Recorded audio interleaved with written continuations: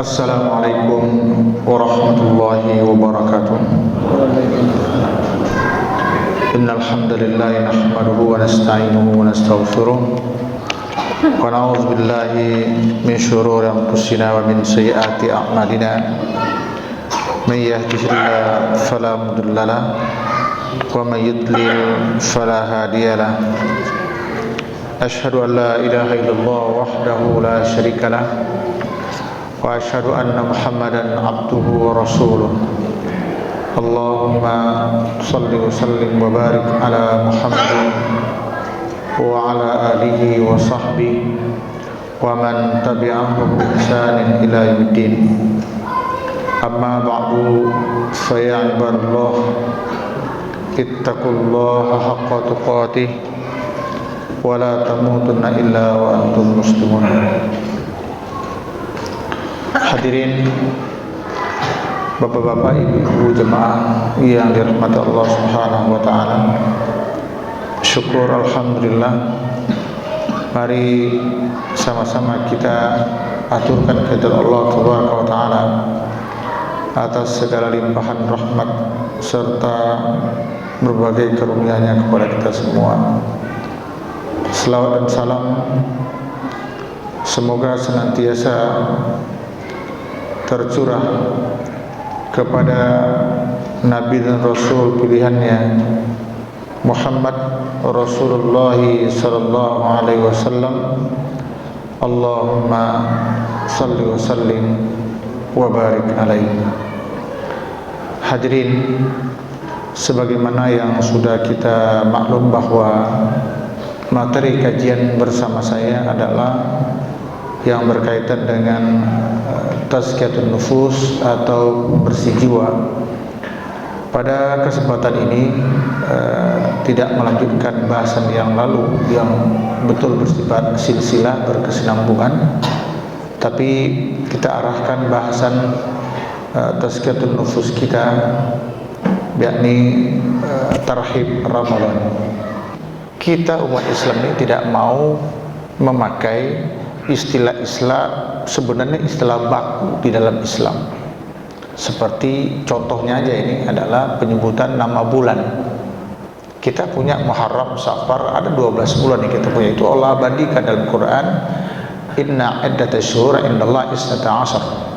Bulan di sisi Allah itu ada 12 bulan yang dalam hitungan Allah. 4 diantaranya bulan haram, disebutkan. Tapi kata beliau, di Indonesia kita ini umat Islam tidak laku. Kenapa? Kata dia, karena tidak ada duitnya. Jadi menurut Pak Sukron Makmum ketika itu, Muharram Safar itu tidak ada duitnya. Tapi kalau Januari Februari ada duitnya. Maksudnya paham nggak tuh? Gajian. Padahal kata beliau, Januari Februari itu demi Allah nggak ada bulannya. Kalau Muharram, coba tengok tanggal 15 Muharram, seperti apa bulannya? Purnama. Ya kan? 14, 15, 16 itu bulan purnama. Jadi nanti ini insya Allah ya 14, 15 Ramadan, coba tengok bulannya purnama. Tapi 15, 14, 15 Januari mana bulannya? Enggak ada. Tapi di benak kita lebih hafal Januarinya, Februarinya ketimbang Muharram, Safar. Kenapa? Karena Januari, Februari dan seterusnya itu ada duitnya. Maksudnya sistem penggajian kita kan pakai itu. Jadi ingatan orang kalau berkaitan dengan duit memang agak lama. Suami pun akan diingat kalau duitnya banyak. Ketika suami sudah tidak punya duit, forget it. Oh gitu, lupakan saja. Jangan gitulah. Kita ini ngaji, nggak boleh kayak gitu. Baik ikhwah, jamaah berbahagia, kita membuka kembali file-file lama kita berkaitan dengan tarhib Ramadan. Kalau kita membaca ayat-ayat di dalam Quran Karim yang berkaitan dengan siam Ramadan itu terdapat dalam Al-Baqarah 183 sampai 187. Itulah ayat yang bercerita tentang Siyam Ramadan. Nah, hadirin, bagi seorang mukmin ketika akan masuk bulan Ramadan itu, hatinya itu ada disebut dengan raja, harapannya terus ada. Ya, ada semacam kegembiraan karena bulan yang kita tunggu-tunggu insya Allah sebentar lagi datang menjelang. Kebahagiaan, walaupun tidak semua orang muslim senang dengan hadirnya Ramadan. Ada juga yang agak kecewa, ya Ramadan lagi. Nah, gitu. Bisa aja seperti itu. Tapi secara umum kita merindukan bulan agung, bulan berkah, bulan yang penuh ampunan ini. Tetapi ikhwah, di balik itu semua juga ada ya terbetik di hati ini semacam kekhawatiran. Apa yang dikhawatirkan? Kita khawatir jangan-jangan nanti bulan agung yang penuh ampunan ini datang, kita tidak mendapatkan apa-apa. Nah, untuk itu saya awali kajian kita ini dengan membacakan beberapa hadis yang dibagi kepada dua. Pertama, hadis-hadis yang berkaitan dengan harapan. Artinya hadis ini dibacakan, disampaikan itu menumbuhkan harapan ke dalam hati agar kita betul-betul berharap mendapatkan ampunan dari Allah. Ada 3 hadis. Pertama, ini sudah, mohon maaf ya, ini hadis lama semua, tidak ada hadis baru Pak Ivan. Ya, ini mohon maaf kepada jamaah semua, saya menyampaikan hanya hadis yang lama. Jadi jangan heran kalau nanti Bapak Ibu juga sudah mendengar hadis ini dari ustadz yang lain. Sebab sampai hari ini saya belum menemukan hadis-hadis baru tentang itu. Jadi ya kita memakai yang lama. Baik, pertama Rasulullah bersabda di dalam hadis Sahih Bukhari disebutkan, "Man shoma Ramadan imanan wa ihtisaban ghufira lahu ma taqaddama min dzanbi." Kalimatnya man shoma Ramadan, barang siapa yang berpuasa Ramadan. Ada lagi terjemahkan barang siapa yang mempuasakan bulan Ramadan karena iman, ikhlas mengharapkan pahala dari Allah, ghufira lahu ma taqaddama min dzanbi, diampuni dosa-dosanya yang telah lalu. Itu redaksi pertama. Redaksi kedua masih di dalam Sahih Bukhari, bunyinya man qama Ramadan, barang siapa yang menegakkan ibadah bulan Ramadan. Contohnya puasa di siang hari, sholat tarawih di malam hari, mungkin juga diiringi dengan infak sedekah, tilawah Quran. Jika itu dilakukan iman wahtisaban, karena iman, ikhlas mengharapkan pahala dan ridho dari Allah, ghufira lahu ma taqaddama min dzanbi, diampuni dosa-dosa yang telah lalu. 2. Ketiga, redaksinya berbunyi masih di dalam Sahih Bukhari. Di dalam hadis lain juga ada, saya cuma membacakan yang di Bukhari aja. Kata Nabi sallallahu alaihi wasallam dalam sabdanya, "Man qama lailatal qadri." Barang siapa yang menegakkan ibadah pada malam Qadar, yang orang Indonesia menyebutkan pada malam Lailatul Qadar, karena iman, wahtisaban, karena ikhlas mengharapkan pahala dan ridha dari Allah, ghufira lahu ma taqaddama min dzanbi, diampuni dosa-dosanya yang telah lalu. Hadirin Bapak Ibu jemaah yang berbahagia, ini ada 3 hadis yang redaksi awalnya berbeda, pertengahan dan akhirnya sama. Awalnya itu kalau yang pertama man shoma Ramadan, yang diterjemahkan barang siapa yang berpuasa Ramadan. Yang kedua man qama Ramadan, barang siapa yang menegakkan ibadah pada malam atau bulan Ramadan. Yang ketiga man qama Lailatul Qadar, barang siapa yang menegakkan ibadah pada malam Lailatul Qadar. Itu pangkalnya 3 berbeda. pertengahannya sama, imanan wahtisaban. Ujungnya juga sama, ghufira lahu ma taqaddama min dzanbi. Menurut hemat saya, ini hadis ini cukup memberikan spirit, ya, semangat, dorongan kepada kita untuk memaksimalkan ibadah kita di bulan Ramadan, yang di situ kita harapkan kita mendapatkan ampunan dari Allah Subhanahu wa taala. Itu namanya harapan. Ya, harapan itu penting Bapak, ikhwah. Di dalam hidup ini kalau tidak lagi punya harapan, ya mungkin bukan lagi hidup namanya. Jadi seperti apapun letihnya kita, capeknya, lemahnya, uzurnya kita, harapan itu tidak boleh hilang dari kita. Kalau sakit, berharaplah sembuh. Kita teruslah berharap, termasuk ketika berada di bulan Ramadan. Tadi saya katakan bagian kedua, di samping juga ada kebahagiaan tadi itu, tetapi ada juga terbetik di hati ini semacam kekhawatiran. Khawatir kalau jangan-jangan Ramadan yang agung ini tidak membuahkan apa-apa. Saya ingin bacakan beberapa hadis pada poin ini, nanti baru kita urai. Pertama, Rasulullah SAW bersabda di dalam berbagai riwayat hadis, ya, disebutkan kam min sa'imin, atau lagi rubba sa'imin laisa lahu min siyam ilal ju' wal atas.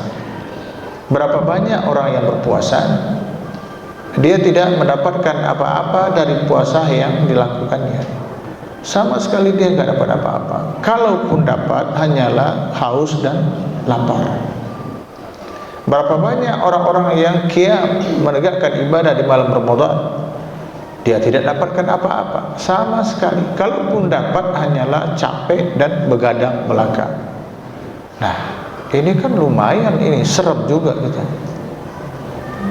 Apalagi ada lagi hadis yang dikeluarkan atau riwayat yang bersumber dari dikeluarkan oleh Imam Ahmad di dalam kitab Musnadnya. Itu disebutkan bahwa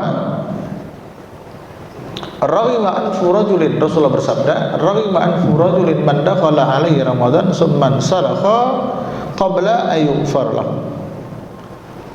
Betapa ruginya, betapa celakanya, ya, betapa tidak beruntungnya seseorang yang telah datang Ramadan menghampirinya. Dia bertemu dengan bulan Ramadan yang agung itu. Summan salakha, kemudian Ramadan itu pun berlalu. Qabla ayyufar lahu, sebelum dia mendapatkan ampunan. Ya Allah, Ramadan yang datang dengan membawa segudang ampunan itu, ternyata bagi yang bersangkutan sama sekali nggak ngaruh. Ya, berjalan 1 bulan Ramadan, sampai Ramadan berakhir, dia tetap tidak mendapatkan ampunan dari Allah Subhanahu wa taala. Wallahi, jujur saya katakan, hadis ini nggak main-main untuk ukuran kita. Nah, di sini dapat kita tarik bahwa tidak semua puasa dan qiyam di bulan Ramadan itu bisa berbuah dengan ampunan.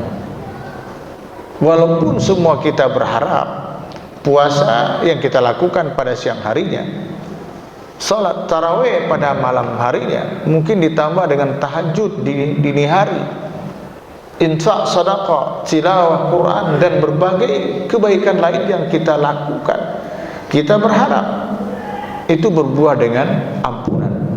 Tetapi hadis tadi mengindikasikan tidak semua orang yang melakukan ibadah tersebut meraih ampunan itu. Nah, oleh karena itu patut kita kaji. Walaupun kaji ini ya kaji yang berulang-ulang, ustadz-ustadz dengan bermacam variasi menyampaikan telaahnya. Tapi ketahuilah, ini buah dari kesungguhan kita untuk menatap Ramadan, paling tidak untuk tahun ini, agar kita bisa mempuasakan ibadah yang agung itu sebaik-baik mungkin. Jamaah berbahagia, di dalam berbagai kitab fikih baik yang modern, kontemporer maupun fikih-fikih klasik, fikih-fikih jadul, kalau zaman dulu sebut namanya kitab kuning. Kitab kuning. Walaupun hari ini kitab kuning sudah banyak yang tidak ada. Karena ketika cetak ulang itu kertasnya sudah HVS. Tapi statusnya sama dengan kitab kuning dahulu. Ya, Arabnya nggak berubah, masih gundul.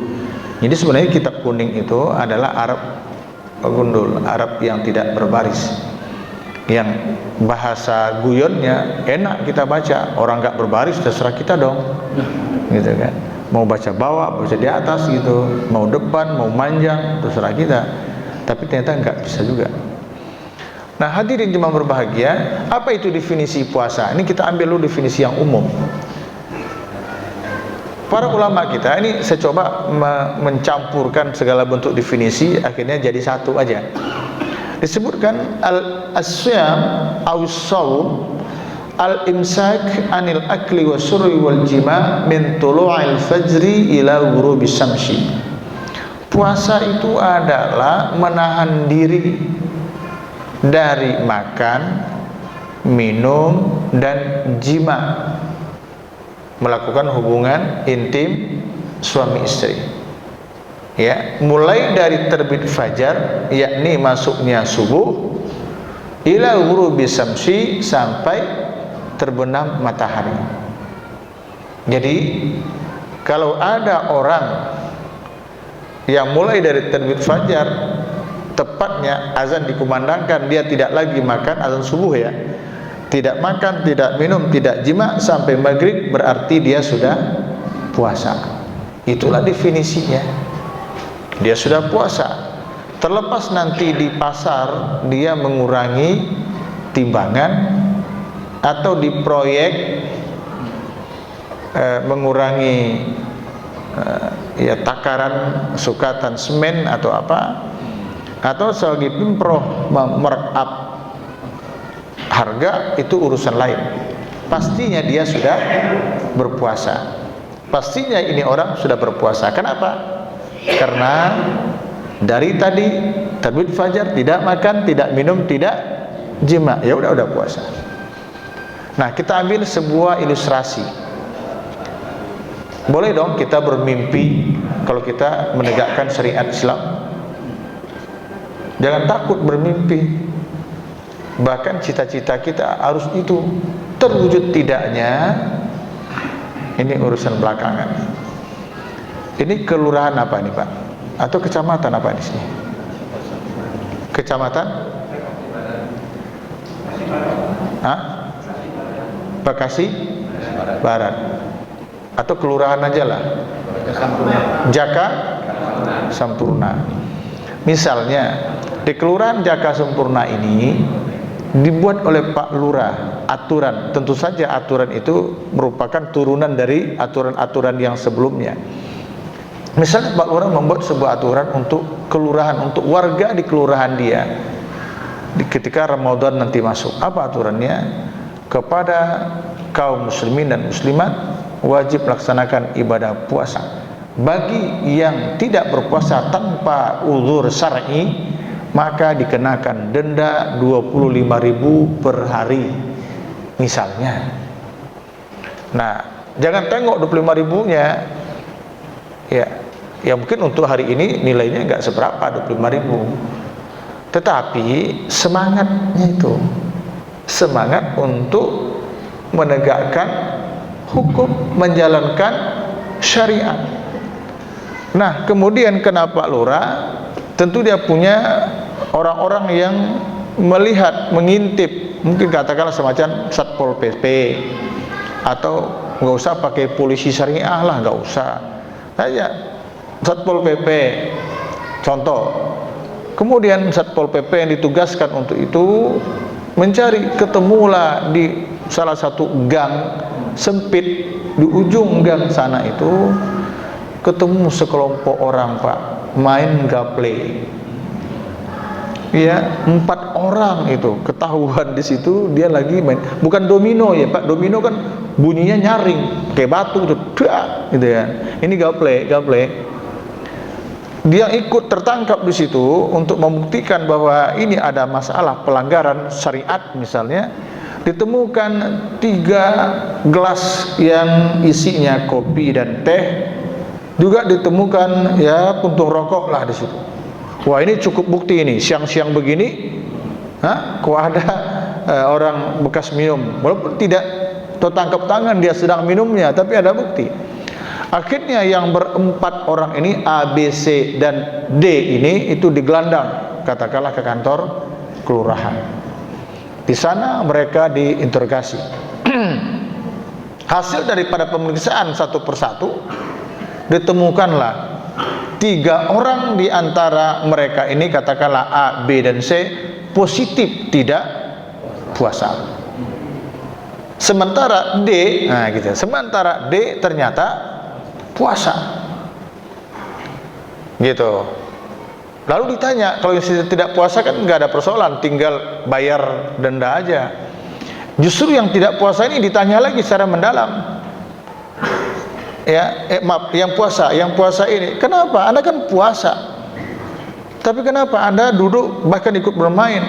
Mungkin alasannya tadi saya sebenarnya ngobrol aja Pak, gitu kan, ngobrol aja sama teman-teman. Tahu-tahu daripada bengong, kata mereka, yuk main yuk. Akhirnya saya ikut main. Namanya juga nemenin, gitu kan. Kan kurang satu kan 3 orang, kurang satu. Ya saya ikut nemenin. Sekalian Pak Lurah menunggu waktu berbuka. Ya. Tapi benar kamu puasa? Benar Pak, demi Allah, swear saya puasa. Kalau nggak percaya, boleh tanya pada istri saya. Ya kan? Saya tadi bersahur sama istri, malah sholat subuh di Masjid As-Salam. Nah, gitu. Seperti itu. Setelah dia bisa meyakinkan dirinya bahwa dia berpuasa, maka C A, B, C, D yang nomor 4 ini dibebaskan dari hukuman. Kenapa? Dia ternyata menjalankan puasa. Paham? Terlepas tingkah lakunya tidak layak dicontoh oleh orang yang berpuasa, ini urusan lain, itu maksud saya. Jadi puasa itu artinya menahan diri dari makan, minum dan jima. Itulah 3 hal yang bisa membatalkan ibadah puasa. Tetapi kalau hanya berada pada posisi ini, sementara tingkah laku tidak berubah, nah ini dikhawatirkan puasa yang seperti ini. Ya. Nah, oleh karena itu kita menemukan banyak hadis yang berkaitan dengan upaya kita untuk ngerem, memprotek diri kita dari perilaku-perilaku yang tidak baik. Sekalipun kalau kita lakukan itu tindakan tersebut, puasa kita tidak batal, tetapi mengurangi nilai pahala, mengurangi nilai Ramadan kita. Apa contohnya? Berbohong. Berbohong tidak membatalkan puasa. Para ulama sepakat bohong nggak batalin puasa, tapi mengurangi pahala puasa. Ya. Kalau ada dia minum kemudian dia berbohong, yang batalin apa? Minumnya, bukan bohongnya. Marah-marah tidak batalin puasa, tapi mengurangi pahala. Gunjing, riba tidak membatalkan puasa, tapi mengurangi nilai. Nah, nilai itu penting. Nilai itu penting banget. Bagi kita nilai itu penting. Ada wajah kita orang Islam ketika berdampingan dengan orang kafir. Mohon maaf ya kalau nasihatnya non muslim. Gitu kan? Kalau kita kafir aja, muslim kafir. Muslim ini ya orangnya wajahnya biasa-biasa aja lah. Sementara si kafir ini Masya Allah cakep, ganteng gitu. Tetapi di sisi Allah nilainya sama atau beda? Mana yang lebih mulia? Muslim kafir? kan gitu kan. Itu nilai itu penting. Ya, nilai itu penting. Dia membuat nilai itu berubah di awal dengan asyhadu an la ilaha illallah wa asyhadu Muhammad Rasulullah. Itulah nilainya yang membuat dia berubah. Walaupun dia bersama ketika itu sama-sama kafir, ada satu di antaranya mengucapkan syahadat, langsung seketika nilainya berubah. Naik grade-nya di sisi Allah Tabaraka wa Ta'ala itu. Nilai penting. Oleh karena itu puasa nilainya penting. Tidak hanya berpuasa sekedar menahan lapar, tidak, tapi ada nilai lain. Bagaimana mempuasakan roh kita, ya, psikis kita juga harus berpuasa, ya. Walaupun di bulan Ramadan untuk ukuran marah itu terbuka peluang dari berbagai sisi gitu. Yang bekerja tinggal di Bekasi sini, bekerja di daerah Tamrin, Gatot Subroto, pulang kerja jam 4:30, jam 4:30 lah bulan Ramadan. Gak usah pakai mobil lah cerita, pakai motor aja yang kita anggap kendaraan yang paling mahbub, yang disukai pada hari ini. Masya Allah, jam 4:30 kita keluar kantor. Tapi di dalam perjalanan seperti apa itu? Otak ini udah butek sebenarnya nih, udah banyak persoalan kantor yang belum terselesaikan. Besok udah nunggu ini, ya, otak udah butek, ya, perut lapar, tenggorokan haus, badan lemas, mata ngantuk, panas. Jam 4:30 masih panas, Pak. Jalan macet, di belakang klakson melulu gitu. Saya mau nanya, ini pengennya enaknya yang begini ini di marahin itu orang, atau kita tumpahkan marah kita, atau ya udah kita biarin aja. Coba jujur maunya yang mana?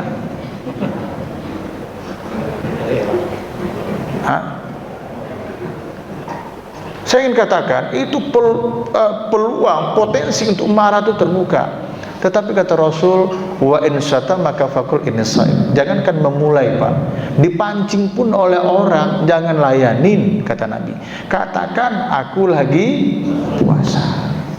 Berarti ruh kita, psikis kita, kejiwaan kita juga dilatih untuk puasa.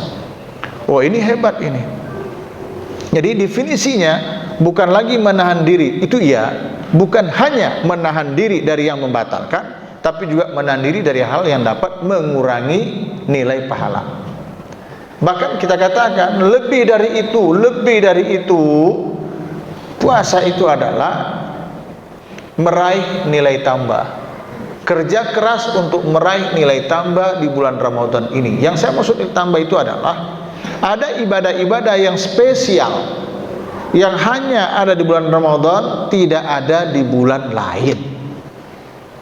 Atau kalaupun juga ada di bulan lain, nilainya beda kalau dikerjakan di bulan Ramadan. Apa contohnya? Contoh yang paling mudah ini adalah sholat tarawih. Sholat tarawih itu, ini ibadah yang spesial untuk bulan Ramadan. Katakanlah misalnya ini hari ini tadi itu 29 Sa'ban.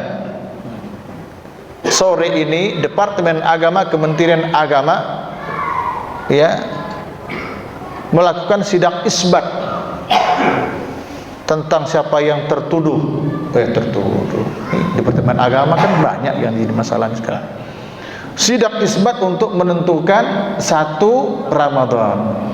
Ternyata tadi sore maghrib itu tidak ada ru'yatul hilal.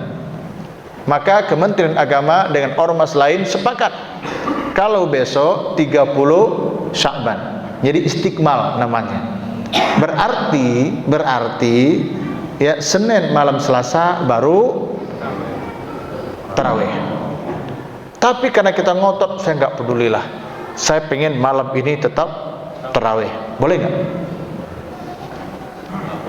Nggak boleh karena belum waktunya. Atau sebaliknya, puasa kita sudah 29 Ramadan, Kementerian Agama mengumumkan 1 Syawal itu jatuhnya hari Selasa bukan Senin. Berarti besok masih 30 dibalik, besok 1 Syawal puasa kita tahun ini hanya 29. Kata kita, nanggung nih, lengkapkan aja lah 30. Yuk, malam ini kita tarawih, walaupun malam 1 Syawal. Nggak boleh juga. Karena tarawih adalah ibadah yang khususi, ya, istimewa, spesial, ada di bulan Ramadan. Maksud saya, kita harus kerja keras ini untuk beribadah yang satu ini jangan sampai tinggal. Yuk kita coba begini. Secara hukum, tarawih itu sunnatul muakkadah. Setahu saya nggak ada ulama yang mewajibkan, tapi sunat yang sangat dianjurkan. Kemudian dari segi pelaksanaan waktunya, waktu pelaksanaan itu kan sangat sederhana sekali.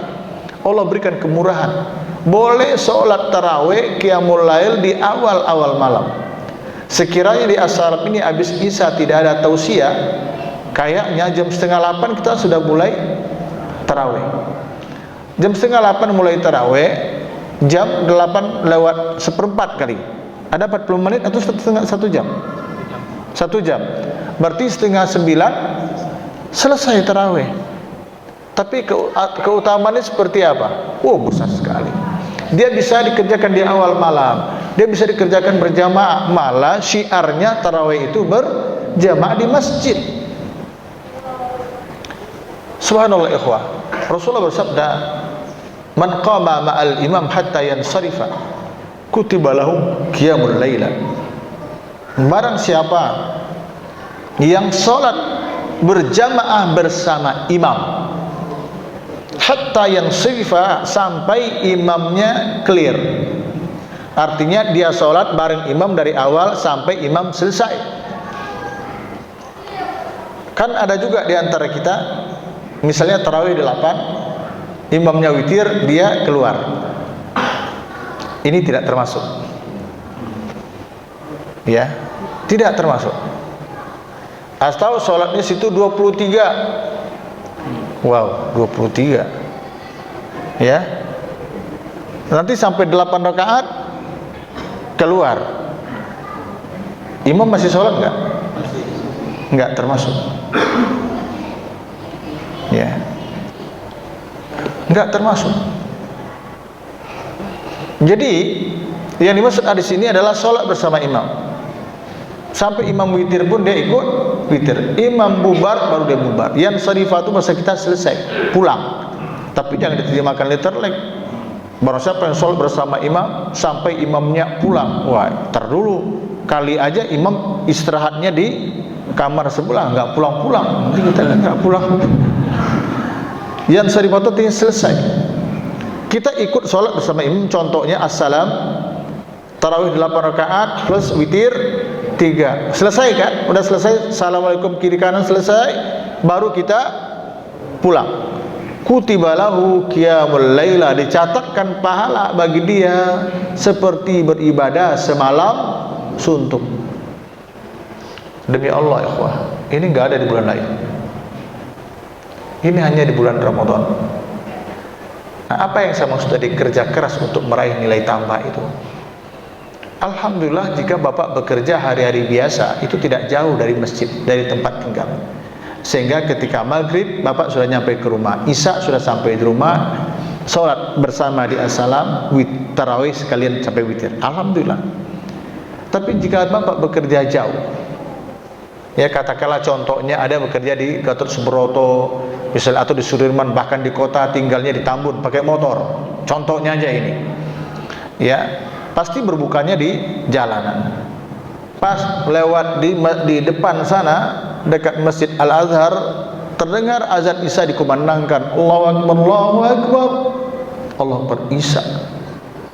Maka sahabat kita ini haruslah berhenti, mampir sholat isya dan tarawih sekalian. Sebab kalau dia teruskan perjalanan ke Tambun, nggak ke Ubar. Tapi kan bisa sholat bersama istri, anak nanti di rumah. Bukan itu yang dimaksud oleh hadis ini. Tapi yang dimaksud adalah sholat bersama imam di mana? Di masjid. Mohon maaf, ini berulang-ulang. Kita sudah punya keyakinan ya Pak, laki-laki, khususnya laki-laki, itu sholatnya di masjid. Itu udah menjadi keyakinan kita. Jangan dibongkar-bongkar lagi itu. Kecuali yang uzur, itu lain cerita. Berhentilah Bapak ini, sahabat kita ini di Al-Azhar, berhenti aja, parkir di sana. SMS, WA itu istri, anak beritahu kalau pulang agak terlambat karena sholat tarawih dulu di jalan.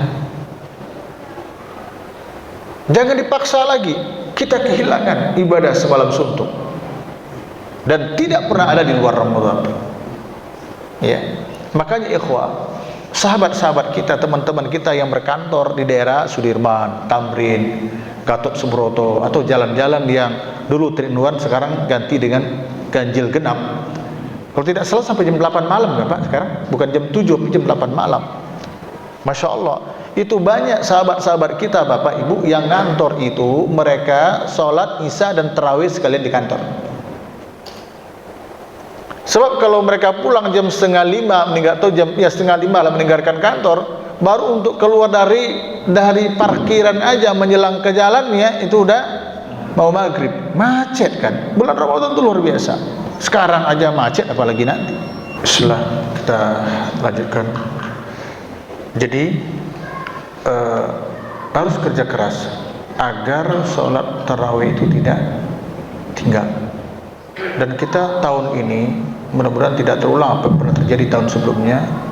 Usahakan, mudah-mudahan 1 bulan itu tidak ada 1 malam pun yang luput, ya, yang alfa dari sholat tarawih berjamaah. Di mana? Di masjid.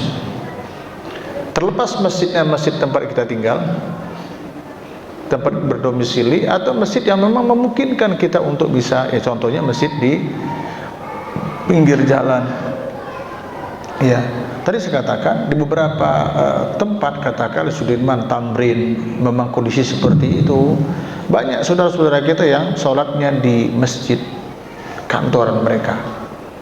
Lagi-lagi juga sekarang ini, Masya Allah, digalakkan setiap masjid-masjid perkantoran itu juga mereka menyediakan buka bersama, menyediakan bukan hanya berbuka ringan ya, istilah orang Indonesia takjil, tetapi juga disediakan nasinya. Ya udah, mereka berbuka nanti maghrib, makan, habis itu isya dan tarawih, setelah itu baru mereka pulang. Dan itu lebih terasa, lebih nyaman untuk mereka. Kenapa? Sekali lagi ini butuh pengorbanan, butuh kerja keras. Kalau tidak, terlalu berat itu menunggu untuk sekian lama, harus pulang. Ya, jadi jangan dianggap mentang-mentang ini ibadahnya ibadah sunat, tidak wajib, lalu kita abaikan. Tidak. Insya Allah kalau ingin menjadi hamba Allah yang habibullah, yang dicintai oleh Allah, dekatkan diri kita kepada Allah dengan ibadah-ibadah sunnah itu. Ya, banyak aktivitas ibadah sunnah kita itu terabaikan karena kesibukan kita mencari maisha, mencari kehidupan. Kita keliru. Justru di tengah-tengah kesibukan kita itulah kita harus menyisihkan waktu gitu untuk beribadah kepada Allah. Perhatikan sebuah hadis qudsi atau 2 buah hadis qudsi lah, saya coba campur di antara 2 hadis ini karena maknanya bagus sekali. Di mana Allah tabaraka taala berfirman, ya ibadi tafarraq li ibadati amla qalbaka ghinan, ya, wa ashudda faqra wa illam taf'al mala'tu qalbaka su'lan wa lam ashudda faqra. Wa fi riwayatin ya ibadi tafarraq li ibadati amla qalbaka ghinan wa amla yadayka rizqan wa ashudda faqra. Dikatakan oleh Allah, wahai para hamba, luangkanlah waktumu untuk beribadah kepadaku. Bahasa lainnya, wahai para hambaku, sisihkan sebagian waktumu, sedikit waktumu untuk beribadah kepadaku. Niscaya, 1, amla qalbaka ghinan, aku akan penuhi dadamu, hatimu dengan kekayaan. Nah, kalau kekayaan hati itu semua ulama sepakat adalah kekayaan jiwa. Karena bukan ya kalau gedung banyak punya masa muat di dada, ya bukan. Itu maksudnya rasa berkecukupan yang Allah berikan ke dalam hati seseorang. Dan wa asyudda faqra, yang kedua kata Allah, aku akan penuhi kekurangan kamu kan fakir, kurang, aku akan penuhi. Namun wa illam taf'al, jika kamu tidak melakukan maksudnya apa? Tidak meluangkan waktu, tidak menyisihkan sebagian waktumu untuk beribadah kepadaku. Yang terjadi apa? Mala'tu qalbaka su'lan, akan aku penuhi dadamu, hatimu dengan kesibukan. Allahu Akbar, Pak. Sibuk untuk ngaji, gak punya waktu, sibuk. Untuk silaturahim gak punya waktu, sibuk. Baca Quran gak punya waktu, sibuk. Sampai-sampai habis salam kiri, salam kanan pun nggak sempat untuk berzikir karena sibuk. Ini Allah jadikan membuat kita sibuk dengan ini. Ada di antara kita yang berhentinya ketika imam sudah takbir, qomat belum berhenti, sudah takbir baru berhenti. Assalamualaikum warahmatullahi wabarakatuh. Assalamualaikum warahmatullahi wabarakatuh. Kembali diambil. Mana itu membaca la ilaha illallah wahdahu la syarikalah lahul mulku wal hamdu wa huwa ala kulli syai'in qadir? Mana? Waktunya sudah tidak ada. Padahal itu disunnahkan 3 kali setiap selesai sholat fardu. Asar 3 kali, ya, zuhur 3 kali, Isya 3 kali. Khusus maghrib dan isya, khusus maghrib dan subuh berapa kali? 10 kali dibaca. La ilaha illallah wahdahu la syarikalah lahul mulku wa lahul hamdu wa huwa ala kulli syai'in qadir. Untuk maghrib dan subuh itu 10 kali baca. Isya, zuhur, asar 3 kali. Sudah enggak sempat lagi. Tidak lagi sempat membaca doa Allahumma antas salam wa minkas salam. Padahal itu doa yang hakikatnya kita membutuhkan keselamatan.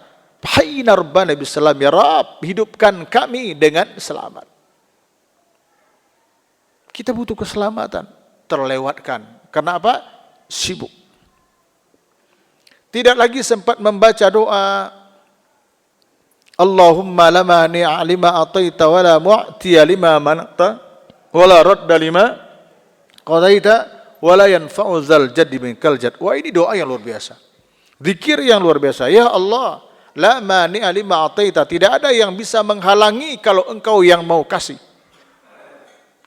Wa la mu'tiya lima mana'ta. Saya ulang lagi, ya, tidak ada satupun yang bisa menghalangi kalau engkau mau beri.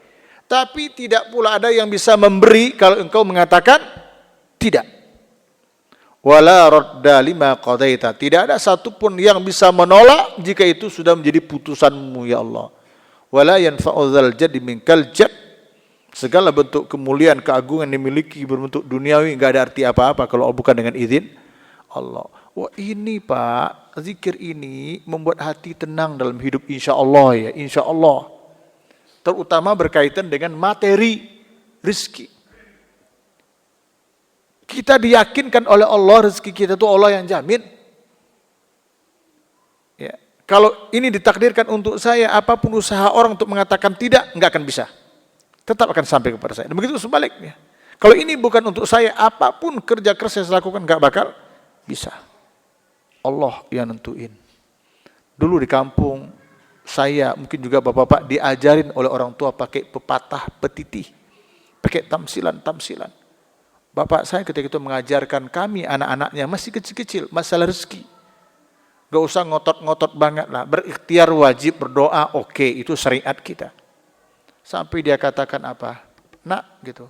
Musang itu pemakan ayam, musang juga pemakan tikus. Sebagaimana burung elang pemakan ayam dan pemakan tikus. Tetapi orang tua ngajarin, kamu tahu, harus sadar, rezekinya musang nggak akan pernah keambil oleh elang. Dan rezekinya elang nggak akan pernah dikeambil oleh musang. Karena masing-masing mereka hadir ke dunia ini dengan rezekinya. Itu makna dari Allahumma la mani'a lima a'taita wala mu'tiya lima mana'ta. Udah nggak sempat Pak, udah sibuk, termasuk menjawab WA yang sudah datang luar biasa. Itu sebenarnya yang membuat kita sibuk itu adalah kasab ulah kita sendiri. Salah satu bentuk ulah kita adalah kita nggak mau menyisihkan waktu kita untuk beribadah kepada Allah. Akhirnya Allah jadikan kita sibuk dan sibuk. Udah di atas tempat tidur, istri di sebelah kanan atau di sebelah kiri, gitu aja ya. Biasanya kita ngobrol, sekarang HP. Mohon maaf, ini setan gepeng ini luar biasa ini. Ini setan gepeng ini. Bapak tahu ya, coba ingat beberapa tahun yang lalu, kalau kita makan ke rumah makan, kan nunggu disajikan itu. Kita ngobrol dengan siapa dulu? Dengan keluarga kan? Sekarang, masing-masing kalau ada 5 orang tuh di meja, keluarga ada ibu, ada bapak, ada anak, masing-masing sibuk. Jadi undangan untuk makan bersama, kalau dulu itu untuk membicarakan banyak hal, sekarang enggak.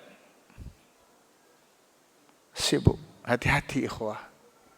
Nah, oleh karena itu, kalau memang waktu Isya sudah masuk, yang kita harus salat tarawih, yuk paksakan hati kita, diri kita untuk menyisihkan waktu beribadah kepada Allah.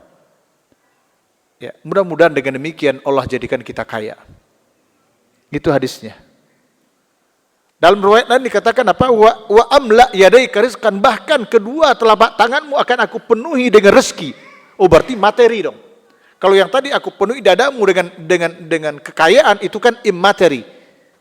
Rasa kaya cukup. Tetapi kalau ada hadis menyebutkan wa amla yadaika rizqan, akan aku penuhi kedua tanganmu dengan rezeki, maksudnya itu adalah materi, duit akan Allah berikan, rezeki akan Allah berikan. Dan yang ketiga, wa asudda faqra, dan akan aku tutupi kebutuhan kamu. Tapi kalau kamu tidak menyediakan waktumu, tidak meluangkan waktumu untuk beribadah kepadaku, walam asudda faqra, aku enggak tutupi kebutuhan kamu. Coba.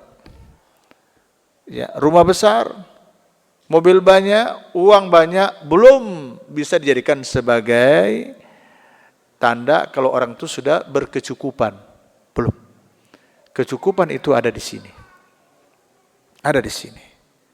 Oleh karena itu ikhwah, itu aja mungkin pesan yang paling spesial saya harapkan pada malam hari ini.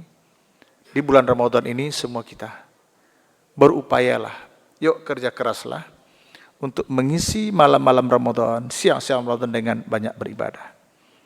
Apalagi dengan tilawah Quran. Bapak-bapak, ibu-ibu yang sudah terbiasa di luar Ramadan baca Quran, insya Allah dalam Ramadan tenang dia. Dulu ada namanya ODOJ. Apa itu? One day, one juz. Kalau di luar Ramadan bisa 1 hari, 1 juz. 1 bulan khatam. Di luar Ramadan, di dalam Ramadan itu biasanya punya target bisa 3 kali itu. Mereka kuat. Tetapi kalau di luar Ramadan nggak berani, jarang baca Quran, agak berat. Tapi bagaimanapun, ini Ramadan. Ya, Quran menyebutkan syahrul Ramadan alladzi unzila fil Quran. Berdasarkan itu ulama menyebutkan bulan Ramadan itu ya bulan Quran. Paling tidak ada 2 argumen. Kenapa dikatakan Ramadan sebagai bulan Quran? Pertama, sejarah awalnya Quran turun di bulan Ramadan. Yang kedua, argumennya adalah di bulan Ramadan lah para ulama, umat ini paling banyak berinteraksi, bergaul dengan Al-Quran. Yang paling bersentuhan banyak di bulan Ramadan, Pak. Jangankan yang biasa baca Quran, yang jarang baca Quran aja kalau Ramadan baca Quran. Minimal menjelang waktu sholat atau habis sholat. Ya. Tapi ada juga sebagian kita, kalau tadi dikatakan Ramadan itu adalah awal sejarah pertama turun Quran, ada juga sebagian kaum muslimin, di bulan Ramadan itulah Al-Quran mereka turunkan. Paham nggak? Karena selama ini Quran ditaruh di lemari, di mana pas bulan Ramadan Quran pun diturunkan. Bisa juga sebagai cerita, kenapa Ramadan dikatakan sebagai bulan Quran. Ya Allah. 1 hari 1 juz saja khatam insyaallah. Mohon maaf atas segala kekurangan ya. Mudah-mudahan Ramadan ini kita isi dengan ibadah-ibadah yang insyaallah bukan hanya puasa siang harinya, ada sholat malam pada malam harinya yaitu tarawih. Jika Bapak sanggup silakan tahajud, insyaallah pendapat yang terkuat di bulan Ramadan masih ada tahajud. Tapi bagi yang tidak juga silakan, oke? Kemudian apalagi tilawah Quran, infak, sedekah. Afdhalus sedekah sedekah di Ramadan. Sedekah yang agung di bulan Ramadan. Seperti apa? Mohon maaf ini, kita kan jalan nih, pulang nih.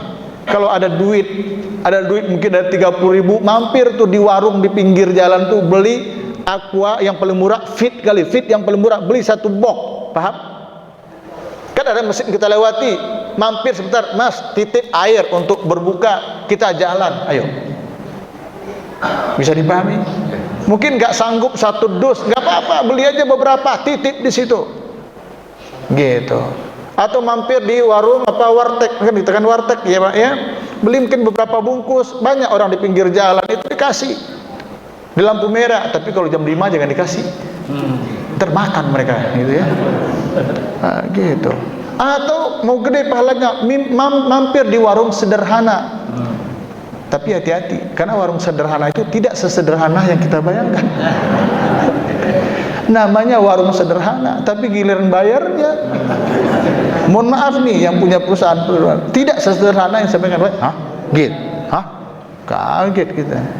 Oke, subhanakallahumma bihamdika asyhadu an la ilaha illa anta astaghfiruka wa atubu ilaik. Alhamdulillahirabbil alamin. Assalamualaikum warahmatullahi wabarakatuh.